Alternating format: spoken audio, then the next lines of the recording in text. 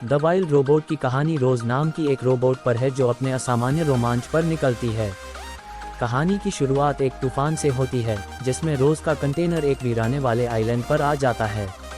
रोज को पहले तो कुछ समझ नहीं आता कि वो यहाँ कैसे आए। उसके आसपास बस पेड़, पहाड़ और जानवर ही होते हैं।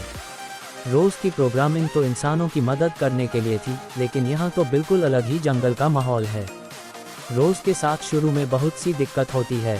जंगल के जानवर उसे अजीब सा समझते हैं और कुछ तो हम पर हमला भी कर देते हैं।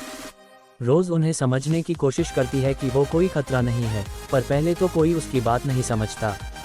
धीरे धीरे रोज को जंगल में जीवित रहना सीखना पड़ता है।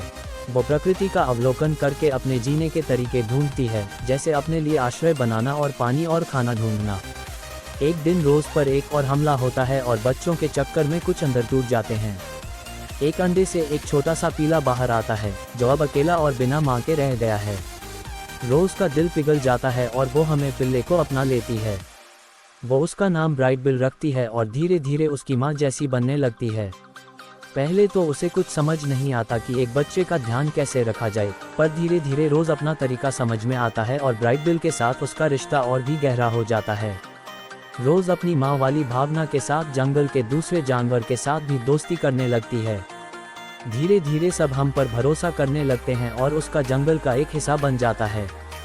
हर जानवर रोज को अपना दोस्त मान लेता है और रोज भी उनकी मदद करती है। बीवर से अपने लिए घर बनाना सीखती है और चिड़ियों से आसपास की खबर मिलती है।